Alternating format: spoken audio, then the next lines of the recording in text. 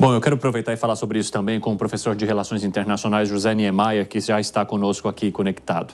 Professor, seja muito bem-vindo. Muito obrigado por nos atender na noite deste domingo. E eu quero saber do senhor qual que é a sua opinião sobre a lisura do processo eleitoral na Venezuela, a partir das manifestações que tivemos até agora, inclusive com cada candidato chamando o protagonismo e a vitória para si, enquanto os números não são conhecidos. Muito obrigado pelo convite, um abraço a você, a todos os comentadores, ao assinante da Jovem Pan. Eu vou começar criando um cenário. Eu acho muito difícil que amanhã seja uma segunda-feira normal na Venezuela, uma segunda-feira corriqueira. Eu acho que, independente da vitória de Maduro ou a vitória da oposição... Vocês estão me ouvindo? Eu acho que eu perdi o sinal. Pode continuar.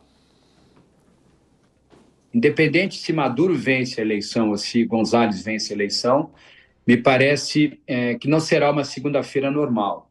Então, a questão da lisura do processo eleitoral é muito importante mesmo, vocês têm razão. Não tenho nenhuma informação de falta de lisura. Eu estou sentindo, Evandro, o sinal falhando. Não. Tá ok, professor. A gente está ouvindo o senhor normalmente. Pode continuar a sua linha de pensamento aí, por favor. Então, vamos aguardar o resultado, né? As urnas têm que ser fechadas uma hora formal, instituída pelo Estado venezuelano. É importante deixar claro para o assinante da Jovem Pan que essa é uma eleição do Estado venezuelano, não é uma eleição do governo da Venezuela. O governo tem que ajudar e permitir que tanto a oposição quanto a situação tenham acesso às informações, aos mecanismos de controle e checagem de uma eleição como qualquer outra, né? Espero que o governo Maduro esteja fazendo isso. Se não estiver fazendo isso, é mais algo contra o seu governo que mostra baixa transparência e baixa legitimidade do governo Maduro. Espero que isso não esteja ocorrendo.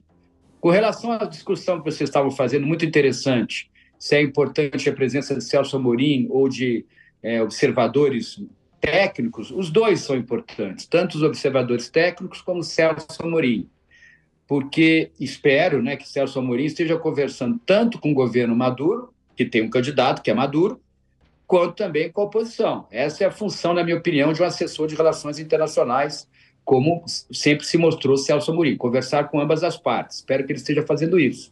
Com relação a observadores técnicos, seria interessante, mas depois do ruído diplomático de Maduro dizer que o nosso processo eleitoral não é transparente, não é eficiente, eu acho que seria até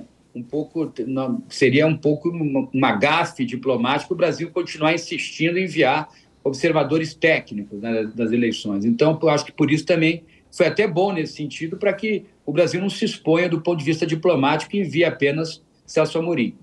Professor, o senhor mencionou que não espera que essa seja uma segunda-feira tranquila na Venezuela. E eu queria até que o senhor olhasse para um horizonte até mais distante, porque a gente está falando de um período maior de transição que, caso a oposição ganhe, ela terá de passar, assumindo o poder só em janeiro do próximo ano. O que pode acontecer nesse meio de caminho de ambos os lados, inclusive caso Nicolás Maduro perca o poder? Podem acontecer movimentos de tentativa de reverter a situação, de entrar com ações para anular o processo eleitoral? O que o senhor enxerga num ambiente que é tão beligerante como na Venezuela? Tudo pode acontecer. Pode haver um golpe por dentro, um autogolpe de Maduro, e ele cancelar as eleições, considerar as eleições fraudadas e não entregar o poder em janeiro e negociar isso até janeiro, né? Vai ter meses para negociar.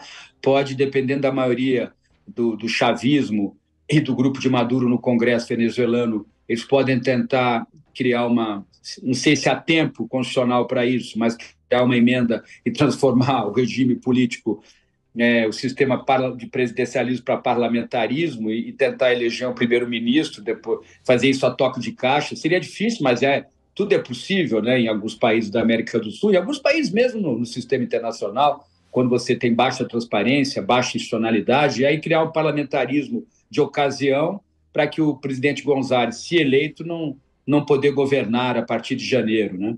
Pode haver muita convulsão social, os apoiadores de Maduro são radicais, eles veem o processo político de uma maneira muito, muito grave. Vocês sabem que a Venezuela nos últimos anos, desde Chávez, passando por Maduro, foram criados grupos que são milícias, que são civis armados, treinados para defender o governo do ponto de vista ideológico e operacional. Isso é muito grave. Esses grupos radicais podem, de alguma maneira, também ir às ruas com a derrota de Maduro, e você tem um processo de algum nível de convulsão social, de disputa entre os grupos. Também pode ser que dentro do madurismo, vamos dizer assim, do grupo de Maduro, existam facções que já estão percebendo que devem deixar o poder e que vão pressionar Maduro a aceitar a derrota se ele for derrotado para González, e aí algo um pouco mais tranquilo, mas com bastante negociação política nos próximos meses. Vai depender das facções dentro do movimento bolivariano, né? Porque você sabe que todo grupo tem seções, tem facções, né? Eu não acredito que Maduro consiga congregar em torno de si todas as lideranças da chamada Revolução Bolivariana, instituída por Chávez no final da década de 90. Eu não acredito nisso. Então, pode ser que tenha um grupo já conversando com a composição, grupos que não são tão próximos de Maduro, dentro do bolivarianismo. Então, pode acontecer muita coisa, mas não será uma segunda-feira qualquer amanhã. Professor, o Fabrício vai te fazer uma pergunta. Vai lá, Fabrício. Professor, primeiramente, boa noite. Um prazer falar com você aqui novamente na Jovem Pan. A gente sabe que certamente vai ser uma segunda-feira bastante agitada lá na Venezuela, aguardando o resultado da apuração das urnas, mas eu queria voltar na última semana para te fazer essa pergunta. A gente viu a discussão, o bate-boca, podemos dizer assim, entre o presidente Lula e o presidente Nicolás Maduro, historicamente aliados, mas que agora, nessa última semana, acabaram aí se dispersando, indo um para um lado, outro para o outro. Como é que você enxergou essa discussão que os dois tiveram? É um sinal realmente de que Maduro está muito pressionado no governo? Eu acho que o presidente Lula fez bem, Fabrício. Um abraço a você, bom te ouvir novamente. Fez bem em se posicionar com relação ao presidente Maduro, e Maduro perde um aliado importante, que até pouco tempo atrás o governo Lula se colocava como um governo, uma administração que tinha uma relação muito próxima com a Venezuela e com o governo Maduro, como já teve com Chávez no passado também. Então, na hora que o presidente Lula se posiciona, aí eu vou te responder também a partir da política interna brasileira, também para mostrar para o eleitorado dele aqui, o presidente Lula, o eleitorado que faz crítica, parte dele à Venezuela, que ele não aceita tudo que vem de Caracas. Professor, eu vou abrir um espaço agora para o Nelsinho te fazer uma pergunta também. Vai lá, Nelson. Professor, boa noite, é um prazer revê-lo e aprender com o senhor nessa noite. Professor, a minha pergunta é sobre o chavismo nesses últimos anos de Nicolás Maduro. O senhor acha que o governo de Nicolás Maduro representa bem a história e a ideia do chavismo? E o que aconteceu para que a gente chegasse agora nestas eleições com grandes chances de Nicolás Maduro perder o poder depois de tanto populismo que a gente viu com essa ideologia lá atrás? Kobayashi, não sei se você está me ouvindo bem, está cortando, mas é um prazer falar com você. O chavismo é diferente do madurismo, vamos dizer assim, né? Principalmente porque Chávez tinha uma ideia de revolução bolivariana, uma agenda muito voltada a um projeto socialista, bolivariano e socialista, né? É importante nós mencionarmos aqui que a Venezuela sempre foi um país muito desigual do ponto de vista econômico, né? Existe uma lenda, que de repente é só lenda, mas me contaram isso há muito tempo atrás, que as elites venezuelanas do passado lavavam a roupa e a roupa de cama em Miami, né? Era esse nível de, vamos dizer, descolamento das elites venezuelanas com relação à realidade do país, muito desigual do ponto de vista socioeconômico. Não sei se isso é verdade, mas é para mostrar que eram elites muito irresponsáveis, ou ainda são elites muito irresponsáveis, né? Elites econômicas e empresariais, né? Então, Chávez veio com um discurso revolucionário, né, de um socialismo bolivariano. Mas é claro que isso, todo regime socialista muito top-down, muito imposto, né, Kobayashi, ele acaba criando problema nos seus próprios mecanismos de liberdade, de como atingir os objetivos das políticas públicas. E com Chávez foi difícil, e com Maduro ficou mais difícil ainda, porque houve, no bojo desse processo do bolivarianismo do século XXI, da Revolução Bolivariana, de tentar diminuir a desigualdade que é impressionante na Venezuela, houve muita ineficiência, aí houve queda do crescimento econômico por anos, por décadas, muita inflação, desorganização da economia, e aí, então, Maduro está sendo herdeiro de um projeto, na minha opinião, que não deu certo, que começou com Chávez em 1997. Felipe Monteiro. Professor José Niemeyer, prazer estar com você aqui, esclarecer e conversar sobre esse processo da Venezuela. O chavismo ele tem 3 pilares, né? Tem o apoio popular, né, que não existe mais na Venezuela, tem o petróleo forte, que sustenta a base de privilégio, né, do sistema, e tem a base militar, o forte apoio militar. Eu queria entender de você como é que estão os militares hoje em dia, não é? Eu vejo informação de que os militares não estão mais 100% com Maduro, seja porque não concorda com a política falida do Maduro, seja porque o Maduro prendeu vários militares de média e alta patente, criando um certo mal-estar nas Forças Armadas, né? Então, eu queria entender de você o que você acha, como é que você vê o militarismo dentro do governo autoritário do Maduro. Excelente pergunta, Felipe. Um abraço a você. Não sei se você está me ouvindo bem, que também cortou. Mas o presidente Maduro, essa semana, mencionou que o regime dele é um regime civil, policial, militar. Eu não sei bem o que é isso, né? O regime civil, policial, militar. Quer dizer, ele usa estamentos do Estado, polícia e Forças Armadas, são estamentos, não são grupos sociais. É uma bobagem achar que polícia e Forças Armadas é grupo social, é estamento, do ponto de vista conceitual. Ele usa o estamento burocrático do Estado e junta isso ao povo. Quer dizer, e fica mais estranho ainda, porque não é a prática, num regime dito de esquerda, né? Um regime que tem uma revolução socialista em curso, desde Chávez, né? Como eu disse anteriormente. Então, é um regime de esquerda que se utiliza dos estamentos burocráticos de Forças Armadas e Polícia para manter a ordem e se manter no poder, e agradar ao povo e apoiar o povo com isso. É tudo muito confuso, de baixa transparência, estranhíssimo, né? Muito estranho. E aí você falou bem, os militares devem estar insatisfeitos. É o que eu falei das facções.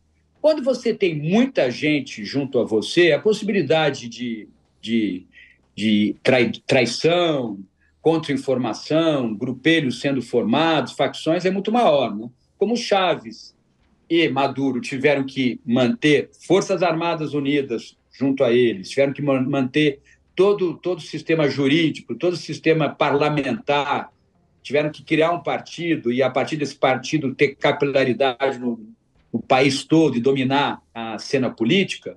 Como sempre foi um projeto de poder, desde Chávez e agora com Maduro, você teve que fazer muitos compromissos. Felipe, não dá para cumprir todos os compromissos em política, ainda mais quando tem baixa transparência, baixa institucionalidade, muita interferência estatal na vida do cidadão, muitos interesses de grupos, muito corporativismo, principalmente das Forças Armadas e Forças Policiais. É difícil governar assim. Professor, eu peço que o senhor permaneça mais um tempinho aí conosco. A gente só vai trazer umas informações do processo eleitoral e aí eu já passo a palavra para o senhor novamente. Agora há pouco nós trouxemos uma imagem mostrando o pessoal contando os votos ali. Vamos rodar novamente para a gente explicar como é que funciona esse processo e como está a apuração até agora. Vamos lá.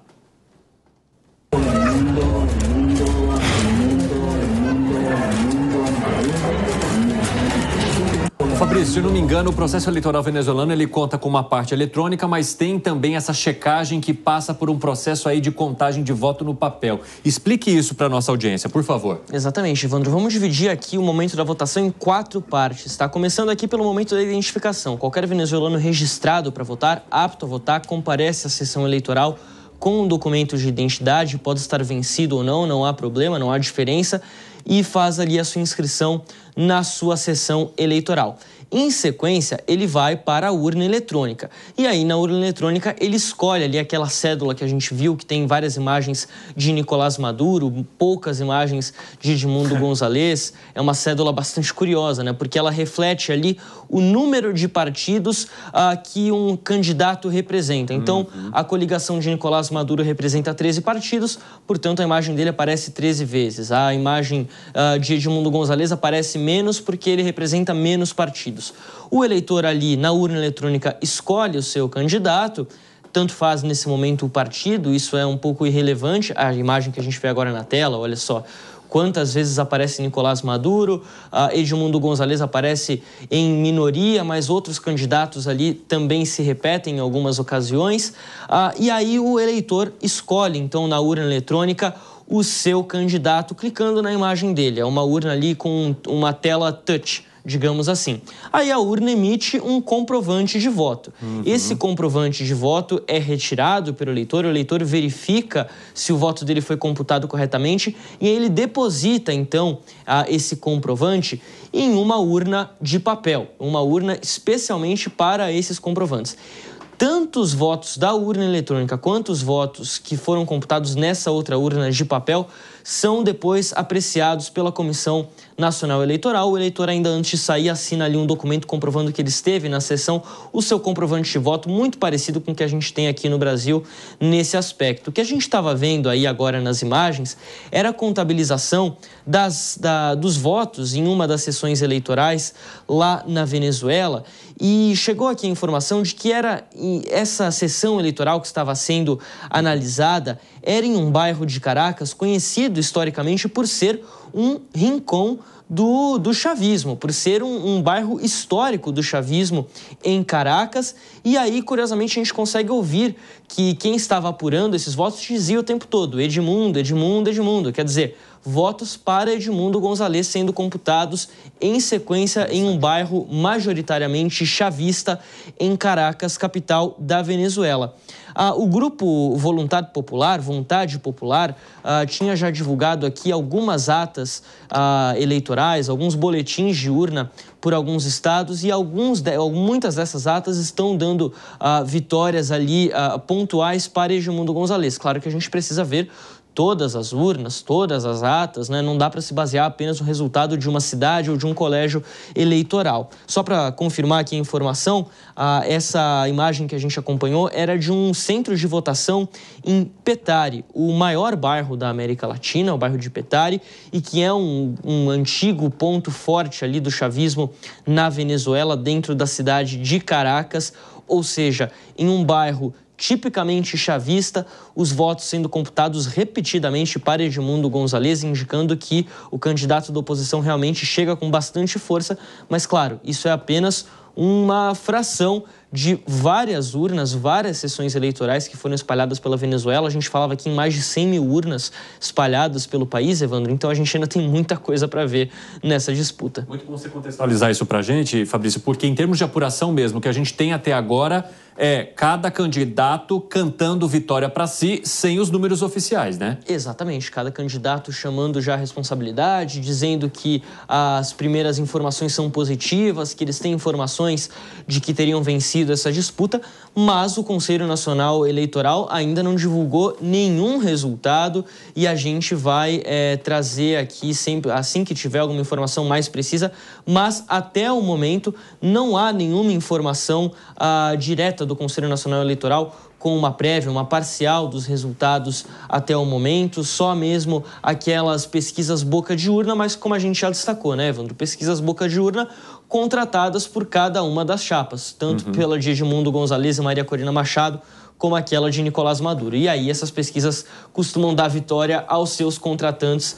como já era de se esperar. Professor José Niemeyer, diante dessa possibilidade, né, do voto e da divulgação do resultado acontecer até a próxima sexta-feira, o senhor acredita que uma definição possa se arrastar ao longo dessa semana? Acho que ao longo dessa semana e talvez ao longo desse semestre. Eu queria cumprimentar, Evandro, o Fabrício. Ele conseguiu compreender a maneira de se votar na Venezuela. Parabéns ao Fabrício. E uma outra coisa, me senti agora muito orgulhoso do nosso sistema eleitoral. Essa aqui é a verdade, né? Muito orgulhoso. O sistema eleitoral brasileiro dá show comparado a esse que nós vimos aí, que é uma confusão e de baixíssima transparência e que induz o eleitor, né, de uma maneira absurda. Então, parabéns, Fabrício, ter compreendido esse sistema estranho, esdrúxulo, né? Agora, vai ser um semestre complicado, de muita negociação política, se Maduro perder a eleição. Se Maduro vencer as eleições, ele vai continuar no poder, como é o projeto desde sempre, né? A manutenção no poder. Agora, se ele perder a eleição, Gonzalez vai ter que conversar muito, as facções dentro do bolivarianismo vão ter que ser percebidas e buscar consensos mínimos, principalmente perceber como as Forças Armadas vão se posicionar, como a gente já falou aqui. Hoje já houve uma conversa entre líderes da oposição, pelo menos já se mandou recados, né, para que deve se manter a calma, deve se manter a tranquilidade, o caráter institucional de uma eleição como é essa, para que não ocorra radicalismos, para que amanhã seja uma segunda-feira normal, e mais grave do que amanhã, para que esse semestre seja um semestre normal. Em 10 de janeiro, quem venceu a eleição ou é reconduzido ao cargo, no caso de Maduro, ou entra um novo líder, que é González. Agora, embora González seja, de fato, o candidato à presidência, como é que o senhor acredita que esse processo vá ter ali um interesse e uma participação intensa de Maria Corina Machado, professor?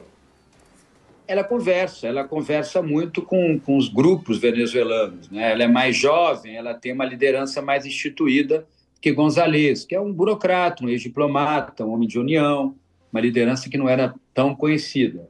Então, Corina é fundamental para poder conversar com a classe média, com jovens, né, e mesmo com setores burocráticos venezuelanos que têm uma ligação direta com o poder, né? Forças Armadas, o Conselho Nacional Eleitoral, setor judiciário e outros estamentos e centros burocráticos do Estado que são muito controlados pelo chavismo, né, pelo grupo de Maduro. Vai lá, Fabrício. Professor, queria aproveitar, te fiz uma pergunta sobre a relação entre Maduro e presidente Lula aqui no Brasil. Queria saber o que você imagina que poderia ser uma relação, eventualmente, entre Lula e um eventual presidente Edmundo González, até pensando, inclusive, em Mercosul, né? A Venezuela foi suspensa do Mercosul em 2016, era um dos membros do bloco, mas acabou sendo suspensa e desde então não voltou mais. Olha, Fabrício, eu sinto o presidente Lula conversando com vários grupos diferentes, tanto na política doméstica como na política internacional. Acho que ele vai continuar a conversa se Maduro for reeleito e ele vai ter uma boa conversa com González também, e com a oposição venezuelana. O presidente Lula vive um momento, né, de política interna onde ele precisa conversar, ele precisa ouvir, porque a situação interna tem também os seus percalços, né, tem os seus problemas de agenda, né? Tem também os resultados com relação ao governo. Então, me parece que o presidente Lula, o que ele precisa mais agora, além de conversar, é que o clima político na Venezuela não fique muito radicalizado. Por isso que também o envio de Celso Amorim faz todo sentido, na minha visão, né?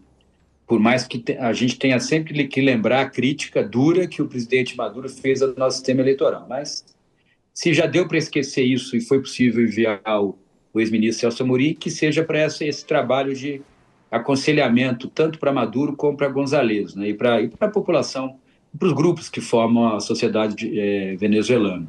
Então, eu tenho a impressão que o presidente Lula, até porque a Venezuela é vizinha, né? E é vizinha no espaço vital brasileiro, que é o espaço amazônico, então é fundamental que tudo corra bem lá. Mas eu estou pessimista, Fabrício, não com relação ao presidente Lula conversar com esse ou com aquele, estou pessimista com relação ao processo político venezuelano. Vamos ter que aguardar. É um pessimismo baseado no que a gente vem observando em alguns países da América do Sul e da América Central. Há muito radicalismo, né? E a gente vai ter que esperar um pouquinho, viu? Porque eu sinto que a situação ela pode caminhar para um processo de disputa muito acirrada, de simpatizantes nas ruas defendendo sua posição, em caso de derrota deste ou daquele. Então, é tudo muito a esperar. Professor, eu agradeço muito a tua participação conosco, digo que as portas estão sempre abertas, vamos seguir de olho nesse processo eleitoral aí. Até a próxima.